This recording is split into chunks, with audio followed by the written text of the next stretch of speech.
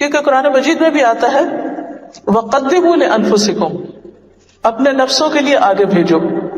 کیا چیز؟ یعنی اولاد پیدا کرو جو تمہارے بعد تمہاری وارث ہو، اور آگے بھیجو سے مراد یہ ہے کہ تمہارے لیے صدقہ جاریہ بنے، تمہارے نیک اعمال میں اضافے کا ذریعہ بنے.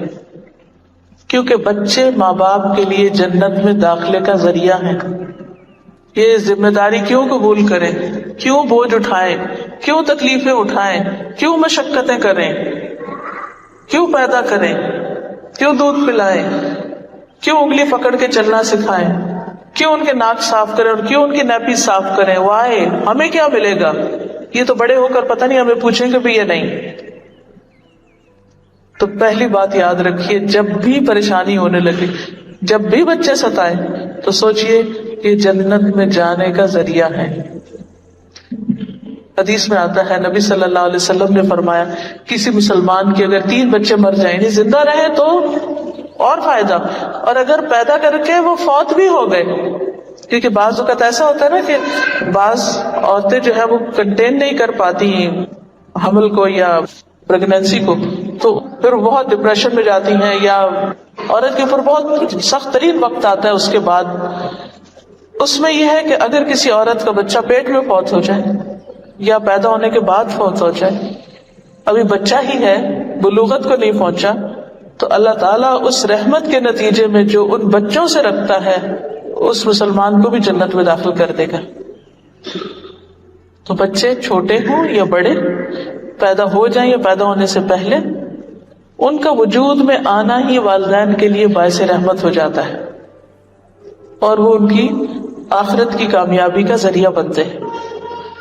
وقتی طور پر ان کو دیکھ کے ہم خوش ہوتے ہیں، انجوائے کرتے ہیں، اور ان سے امیدیں لگا لیتے ہیں کہ یہ بڑا ہو کر ہمارا سہارا بنے گی. سب باتیں ایک طرف ہیں، یہ وقتی ہیں. اصل فائدہ کب ہے کہ وہ ہمارے لیے چھوٹے اگر فوت ہو گئے تو جنت میں جانے کا ذریعہ بنے، اور اگر ہمارے بعد دنیا میں ہے تو ایسے نیک کام کریں جو ہمارے لیے صدقہ جاریہ بنے. نبی صلی اللہ علیہ وسلم نے فرمایا جب کسی آدمی کا بچہ فوت ہو جاتا ہے تو اللہ تعالیٰ فرشتوں سے فرماتا ہے کیا تم نے میرے بندے کے بچے کی روح قبض کر لی؟ وہ عرض کرتے ہیں کہ ہاں. اللہ تعالیٰ فرماتے ہیں کیا تم نے اس کے دل کا پھل ٹکڑا قبض کر لیا؟ وہ عرض کرتے ہیں ہاں.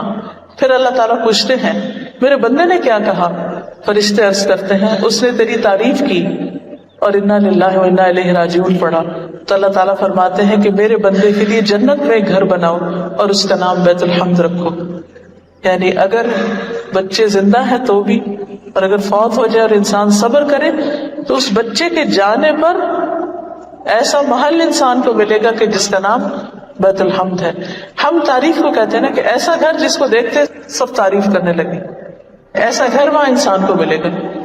دنیا میں آپ دیکھیے کہ آپ کئی گھروں کے پاس سے گزرتے ہیں تو آپ ایک دم کہتے ہیں کیا خوبصورت گھر ہے، کتنا زبردست ڈیزائن ہے، اور بعضوں کا رک جاتے ہیں، بعضوں کا تصویر اتارنے لگتے ہیں، بعضوں کا دیکھ کے انجوائے کرتے ہیں، تمنا کرتے ہیں ہمارا بھی ایسا گھر ہو.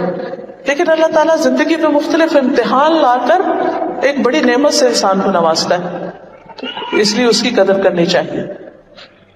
ایک اور حدیث میں آتا ہے کہ ایک شخص نبی صلی اللہ علیہ وسلم کی خدمت میں حاضر ہوا، اس کے ساتھ اس کا بیٹا تھا. آپ نے اس شخص سے پوچھا کہ کیا تم اس سے محبت کرتے ہو اپنے بچے سے؟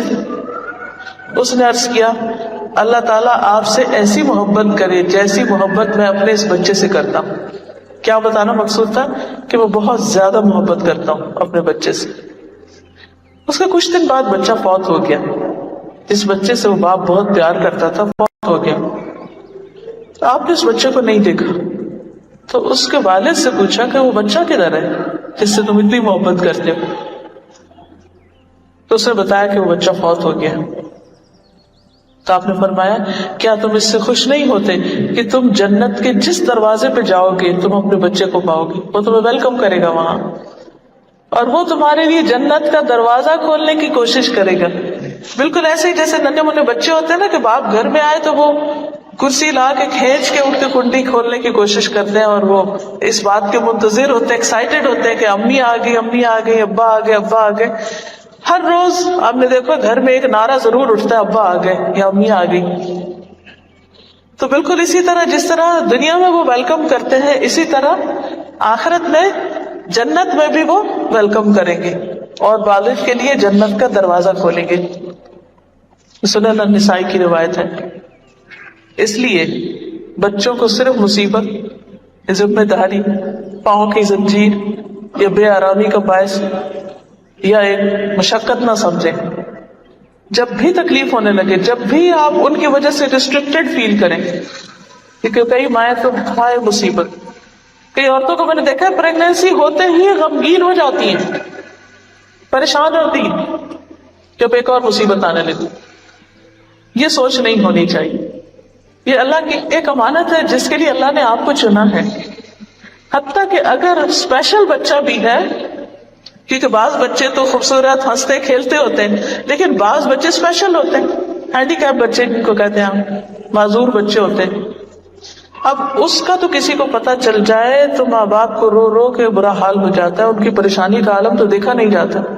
obviously پریشانی ہوتی ہے تو خوشی کی بات تو نہیں ہوتی، لیکن اس پر بھی پازیٹو رہنا چاہیے اور یہ سوچنا چاہیے کہ اچھا اللہ نے اس خاص بچے کی خدمت کے لیے ہمیں چنا، یہ اللہ کا فیصلہ ہے. اس نے اوروں کو دوسری طرح کے بچے دیے اور مجھے اس طرح کا خاص بچہ دیا. ایسی صورت میں بھی اللہ سے ناراض نہیں ہونا چاہیے، صرف غمگین نہیں رہنا چاہیے، کیونکہ اگر آپ غمگین رہیں گے تو آپ اس کی لک آفٹر کیسے کر سکتے ہیں، آپ اس کا خیال کیسے رکھ سکتے ہیں. اللہ تعالیٰ کی اس دنیا میں کوئی بھی چیز بیکار نہیں ہے. اس بچے کے آنے کا بھی کوئی مقصد ہے، اس کے پیچھے بھی کوئی سبق ہے. وہ چاہے تو بہترین سے بہترین حالت میں پیدا کر دے، وہ چاہے تو انتہائی ذہین بچہ آپ کے گھر میں پیدا کر دے، لیکن اگر وہ اسپیشل بچہ اور آپ کو اس سے دنیا کا کوئی فائدہ نظر نہیں آ رہا تو بھی صبر سے کام لیجیے. وہ آخرت میں عظیم اجر کا باعث ہوگا. بچوں کو پالنا تو ویسے ہی باعث اجر ہے، لیکن خاص بچوں کو پالنا کئی گنا زیادہ باعث اجر ہے، کیونکہ آپ نے ان کو صرف دیا ہے، ان سے آپ کو ملا کچھ نہیں، لیکن ان کے ذریعے اللہ نے معلوم نہیں کس کی ہدایت، کس کے شکرانے اور کس خاص مقصد کے لیے اس کو آپ کے ہاں پیدا کیا. اور کبھی یہ نہیں سوچنا چاہیے کہ یہ بطور سزا کسی کے ہاں کوئی پیدا ہو گیا، یا کوئی ماں باپ کا گناہ ہوگا، یا کوئی ایسی غلطی ہوگی ان کی جس کی وجہ سے ان کو ایسے بچے ملے. اور جب کوئی بچہ بہت ذہین یا بہت خوبصورت یا بہت اچھا پیدا ہو تو یہ کبھی نہیں سوچنا چاہیے کہ یہ بڑا ہمارا کمال ہے کہ ہم ایسے ہیں تو اس وجہ سے اللہ نے ہمیں یہ دیا. وہ بھی اللہ کا فیصلہ اور اللہ کا شکر ادا کرنا چاہیے کہ اس نے ہمیں ایک بہترین نعمت سے نوازا. تو جس حال میں بھی اللہ رکھے اس حال میں راضی رہیں.